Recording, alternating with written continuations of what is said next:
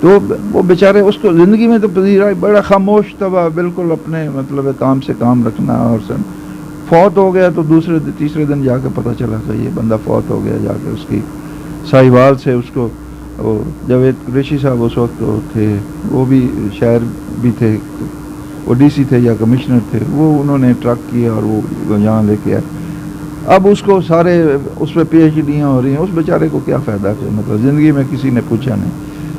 تو اس لحاظ سے میں سمجھتا ہوں اللہ تعالیٰ کا بڑا احسان ہے کہ زندگی میں جو ہے لوگ ایز اے رائٹر بھی پہچان رہے ہیں. سرجری تو میرا جاب ہے، وہ تو ایک علیحدہ بات ہے. تو وہ اردو میں پنجاب، اب میرے انگریزی میں بھی ایک کتاب آ رہی ہے، وہ میری پروفیشنل ہے، making of a chief surgeon.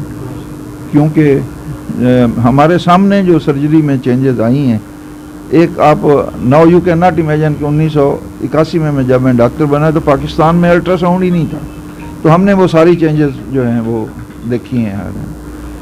سر جو نوجوان ادیب ہیں یا ادب دوست ہیں، ان کو آپ اس حوالے سے کیا پیغام دینا چاہیں گے؟ کیونکہ آپ نے خود بتایا کہ اگر پیسے نہ ہوتے تو ہو سکتا ہے کہ آپ بھی آج گمنام ہوتے. اس حوالے سے نوجوان نسل کو کیا پیغام دیں گے؟ میرا مطلب یہ تھا کہ دولت مقصد ہے کہ یہاں پہ جو حالات ہیں وہ کنجینیل نہیں ہیں لکھاری کے لیے.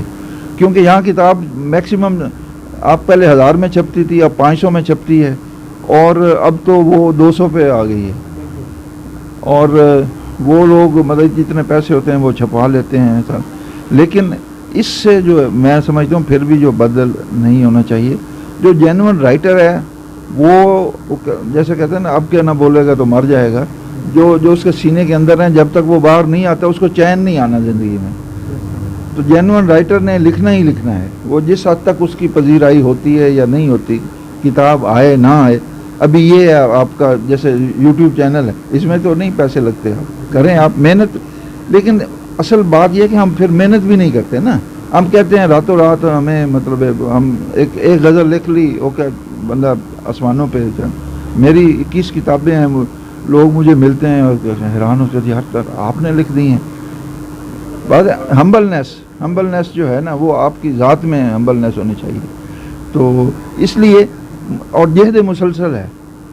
ابھی میں 7-8 کتابیں میری جو ہیں وہ پائپ لائن میں ہیں، وہ آ رہی ہیں جا کے. روز میں لکھ رہا ہوں. میں اپنا کام بھی کر رہا ہوں، میں سرجری بھی کر رہا ہوں، میں اپنا مطلب چینل بھی چلا رہا ہوں، میں ٹک ٹاک بھی کر رہا ہوں، میں جو کچھ بھی. وجہ کیا ہے کہ آپ کو ایک احساس ہو جائے کہ آپ کی زندگی جو ہے وہ کتنی ہے مختصر. نو باڈی نوز کہ اس کی زندگی، یہ اللہ تعالیٰ نے ایک مسٹری رکھی ہے. اگر ہمیں پتہ چل جائے نا کہ ہم نے 10 سال بعد مرنا ہے تو ہم ابھی سے مرنا شروع ہو جائیں. تو اس لیے جو حوصلہ رکھیں، خدا تعالیٰ کی ذات پہ یقین رکھیں، محنت کریں. یہ نہیں ہے کہ آپ مطلب مایوس ہو جائیں. اور وہ میں کہاں 68 میں مطلب میری پہلی نظم چھپی تھی اخبار. تو اب تک میں مطلب لکھ رہا ہوں، چھپ رہا ہوں، روز دن رات محنت کر رہا ہوں. آپ کے سامنے کے آج کے دن کے ہی 4-5 مطلب پروگرام تھے. ابھی میں نے پہلے بھی آپریشن بھی کیا، اب بھی کرنا ہے. پھر میں آ کے یہاں پھر آپ کو وضع سنا دوں گا تو میں فریش ہو جاؤں گا. کیونکہ یہ ہمارے انر کی بات ہے، ٹھیک ہے.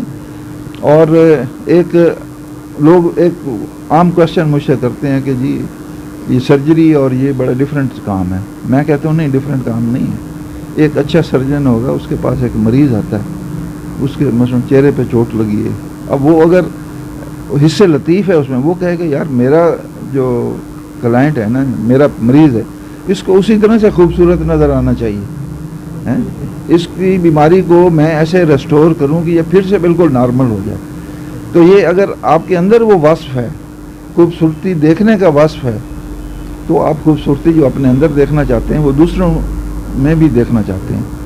تو حدیث بھی ہے کہ جو آپ اپنے لیے پسند کریں، اپنے مسلمان بھائی کے لیے بھی وہ پسند کریں. سر آپ ایک نامی گرامی کالم نگار بھی ہیں. ملک کی جو صورتحال ہے اس پر آپ کچھ کہنا چاہیں گے اس وقت جو سیاسی صورتحال ہے؟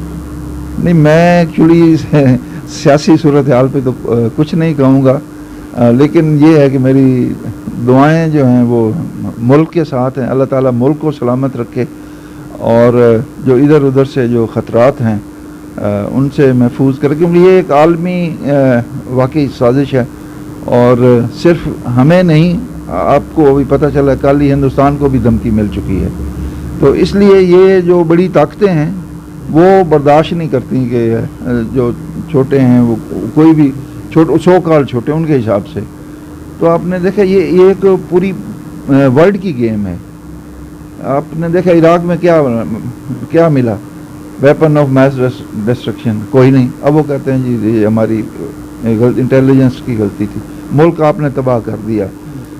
لیبیا وہ ملک تھا کہ جس میں آپ وہ مساوات محمدی کا صحیح وہ آئینہ دار تھا. سب کو گھر مل رہا ہے، سب کو جو بچہ پیدا ہوتا ہے اس کا وظیفہ اسی وقت لگ جاتا ہے، گھر حکومت بنا کے دیتی ہے، پیٹرول تقریباً مفت تھا سارا. تو اتنی، اور یہ اب کسی سے کیا برداشت ہوتا ہے چیزیں. آہستہ آہستہ مسلمان ملکوں کو جو وہ انہوں نے ختم کیا. پاکستان کا شکر ہے، اللہ تعالیٰ کا شکر ہے کہ ذوالفقار علی بھٹو نے جو ہمارا ایٹمی پروگرام بنایا، اس وقت لوگ مذاق کرتے تھے کہ وہ جب بھٹو نے کہا تھا ہم گھاس کھا لیں گے لیکن ایٹم بم بنائیں گے، تو لوگوں نے اس کا بڑا مذاق اڑایا تھا. آج ہمارے پاس یہ نیوکلیر پاور ہم نہ ہوتے تو لوگ یہ کھا جاتے ہیں. ان کو پتہ یہ مسلمان ہیں اور ان کے پتہ نہیں ہے ابھی کوئی چلا ہی نہ دیں جا کے. سر اپنے چند مشہور جو اشعار ہیں وہ آپ اپنے ہمارے ناظرین کو. مشہور اشعار جی میں آپ کو صاحب گاہ ماجد اجازت ہوں. ہاں جی صاحب گاہ ماجد. اچھا وہ تو آپ نے وہ کرنے تھے، چلیں. ساوا گاہ وہ مائیے میرے ہیں جو ابھی آپ نے سنے ہیں کہ کوئی ساوا گھا مایا، کوئی ساوا گھا مایا اسی رلد محبتاں وچ کئی ویکھے نے شاہ مایا. کوئی ساوا گھا مایا، کوئی ساوا گھا مایا وہ جی میں چکیتی ہے انج کرنی تے نہ مایا. بہت شکریہ. یہ تھے نیاز علی محسن مغیانت صاحب. ناظرین اگلے پروگرام تک دیجیے اجازت. اللہ نگہبان.